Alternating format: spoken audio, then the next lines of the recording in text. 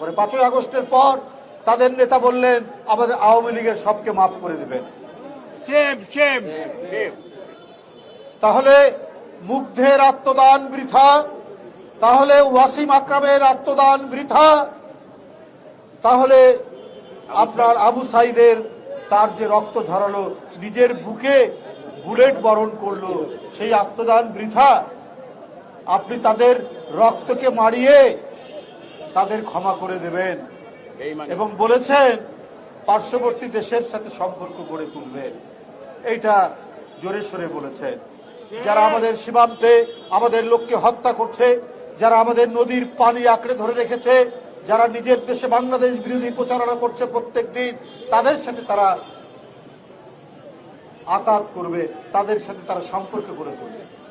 যে ভারতের মধ্যে প্রতিদিন মুসলমানদের উপর অত্যাচার হচ্ছে এবং ভারতের পশ্চিমবঙ্গের মুখ্যমন্ত্রী, বর্তমান মুখ্যমন্ত্রী বলেছেন যে 1 কোটির মতো মুসলমান তাদেরকে তাড়িয়ে দেবে।